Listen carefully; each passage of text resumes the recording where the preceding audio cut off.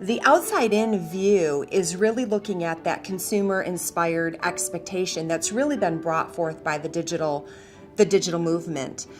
I was just facilitating a discussion internally not very long ago and inquired as to who we felt our competitors were. The initial response was, well, our competitors are essentially our peer group in financial services. And after posing a couple of different questions, we very quickly were able to get the group to understand and agree that really consumer expectations, or really just any type of expectations that are out there, that's really who we're competing against or competing with, or who we have to be evaluated with.